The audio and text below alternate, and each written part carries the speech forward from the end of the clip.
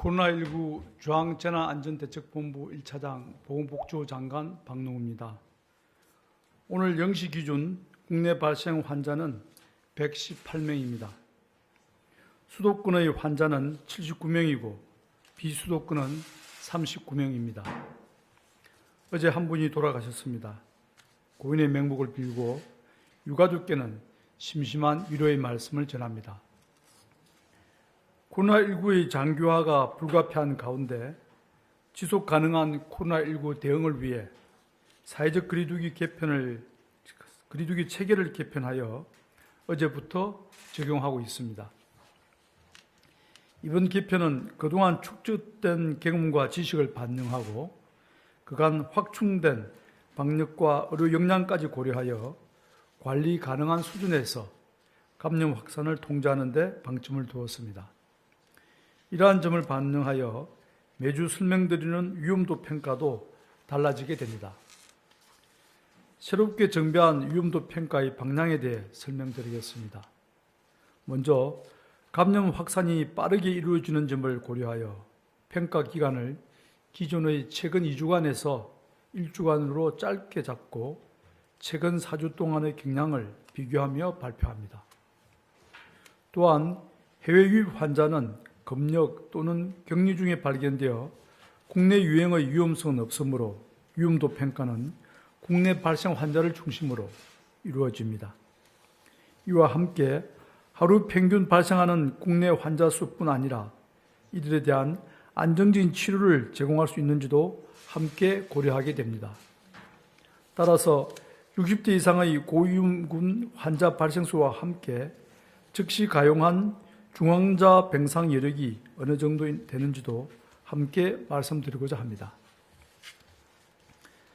마지막으로 전국적으로 일률적인 대응보다는 각 권역별로 정밀한 대응이 이루어져야 하기에 권역별로 구분하여 주요 지표를 제시하였습니다. 이제 지난 한 주의 위험도 평가에 대해 말씀드리겠습니다.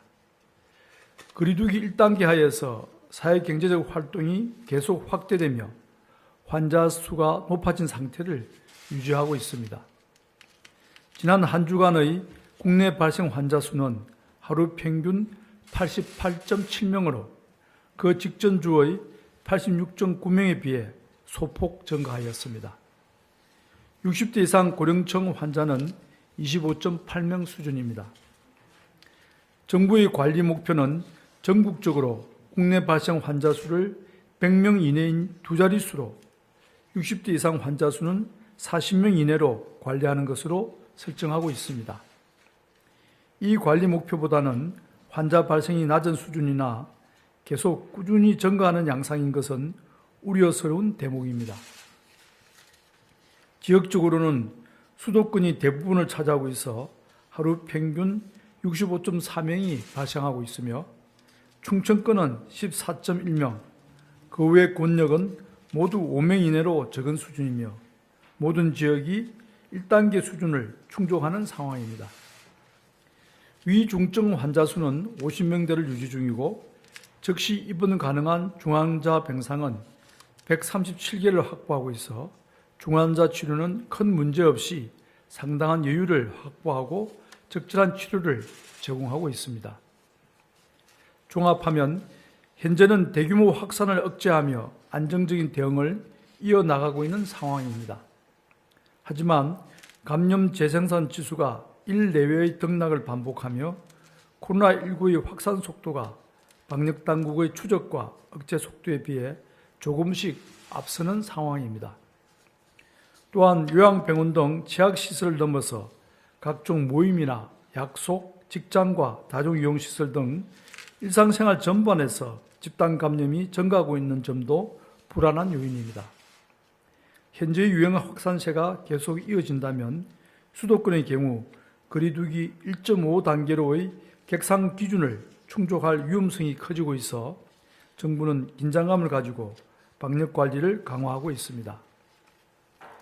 거리두기 1단계 수준에서 안정적으로 유행을 억제하는 것이 코로나19의 장기 대응을 위한 최선의 전략입니다. 유행 확산을 막기 위해 국민 여러분께 당부드립니다. 일상생활 공간에서의 감염 확산을 막기 위해서는 무엇보다 기본적인 방역수칙의 준수가 중요합니다.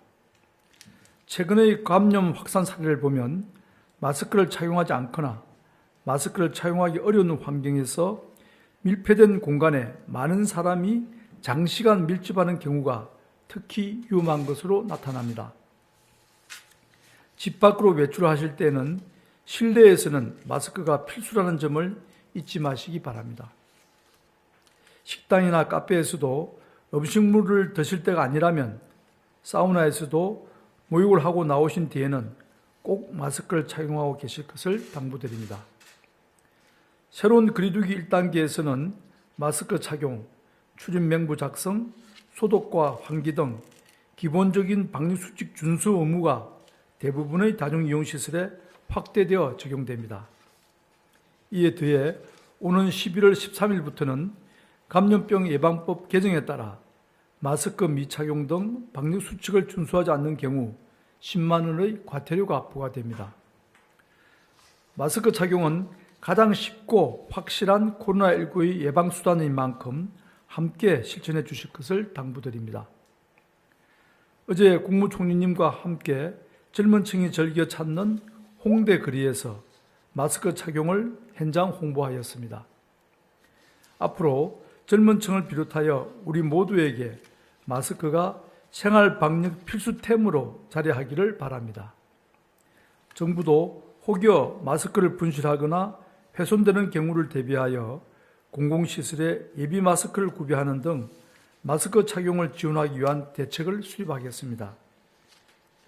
국민 여러분의 생활 방역 노력에 발맞춰 정부 또한 방역관리 강화를 위해 계속 노력하고 있습니다. 먼저 감염 취약시설에 대한 보호를 강화하고 선제적인 방역 조치를 실행하고 있습니다. 요양병원과 시설, 정신병원 등 감염 취약시설에 대해 전국적으로 방역 실태를 종합 점검하였습니다. 요양병원 1,500여 개, 요양시설 3,800여 개, 노인 공동생활 가정 1,900여 개, 정신병원 400여 개 등이 그 대상입니다. 요양병원은 감염관리 지침과 점검표를 모르고 적용하지 못한 경우가 일부 있었고, 요양시설은 비접촉 면회 공간이나 대체 인력을 확보하지 않은 경우도 확인되었습니다. 정부는 이번 점검 결과를 면밀히 분석하여 개선 방안을 마련하고 지자체 등과 함께 지속적으로 점검, 관리해 나갈 계획입니다. 수도권과 일부 지자체에서는 취약시설의 종사자와 이용자 전원에 대해 선제적인 진단검사를 시행하고 있습니다. 현재까지 7개소 38명의 환자를 조기에 발견할 수 있었고 비수도권 지역까지 전수검사를 확대 실시할 예정으로 11월 중으로 일제검사를 완료할 계획입니다. 또한 금년 말까지 한시적으로 수도권은 2주마다, 비수도권은 4주마다 취약시설의 종사자와 이용자에 대하여 정기적인 진단검사를 실시하는 방안을 계획하고 있습니다.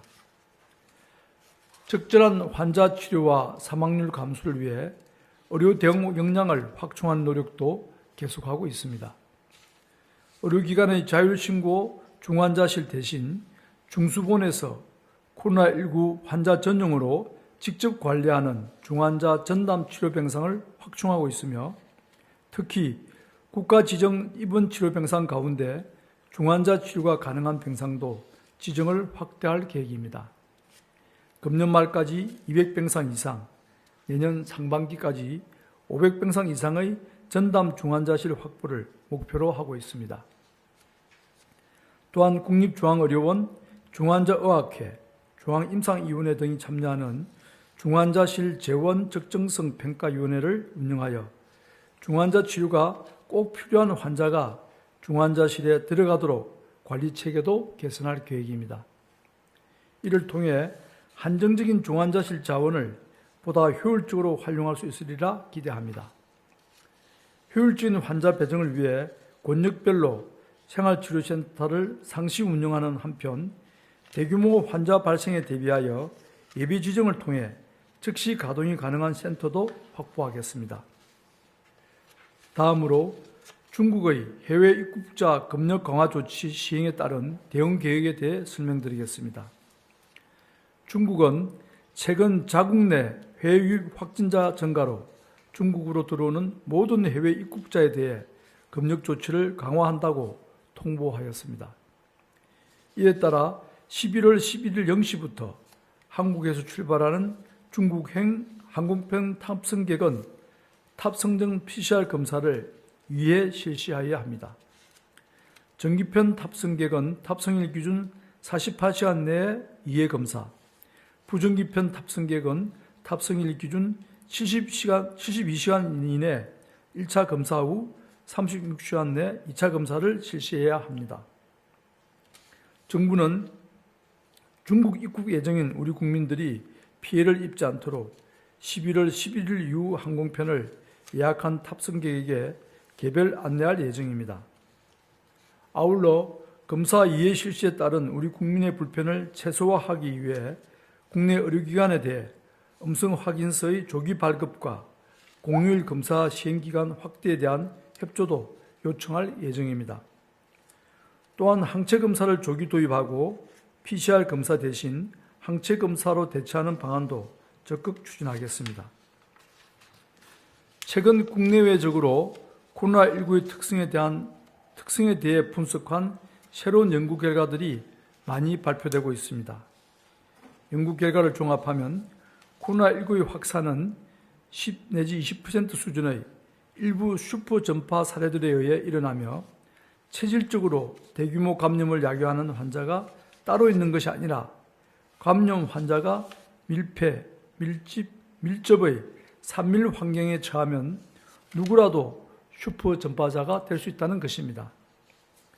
또한 기온, 습도 등 날씨 요인은 감염 확산에 거의 영향이 없고 인구 밀도와 밀집 등 사람들의 행동 양상이 감염 확산에 훨씬 중요한 결정 요인이라는 연구도 있었습니다. 우리의 경우 이러한 연구 결과에 상응하는 방역 조치를 이미 실행하고 있으며 국민들도 이에 맞추어 효과적인 방역 수칙을 실천하고 계십니다. 밀폐, 밀집, 밀접 등 산밀 환경을 조심하고 실내 마스크 착용, 거리두기와 손 씻기, 환기와 소독을 생활화하고 있는 것이 바로 그것입니다. 생활 방역의 실천이 코로나19 억제에 효과적이며 올바른 해법이라는 연구 결과들이 계속 나오고 있는 만큼 국민들께서는 자신감을 가지고 더욱 생활 속의 방역 수칙 준수를 노력해 주실 것을 당부드립니다. 현재 감염 재생산 지수는 1 내외에서 등락을 거듭하고 있으며 국민들께서 조금만 더 노력해서 확산 속도를 약간만 더 늦출 수 있다면 다시 안정적인 감소 추세로 상황을 통제할 수 있습니다. 정부도 최선을 다해 역학조사를 통한 추적과 감염 차단의 속도를 향상시켜 나가겠습니다. 어려운 가운데에서도 생활 속의 방역 수칙을 지켜주시는 국민들의 노고에 깊이 감사드리며 국민들과 정부가 함께 힘을 합쳐 지금까지처럼 대응을 한다면 우리는 코로나19의 피해를 최소화하며 슬기롭게 공존할 수 있으리라 믿습니다. 감사합니다.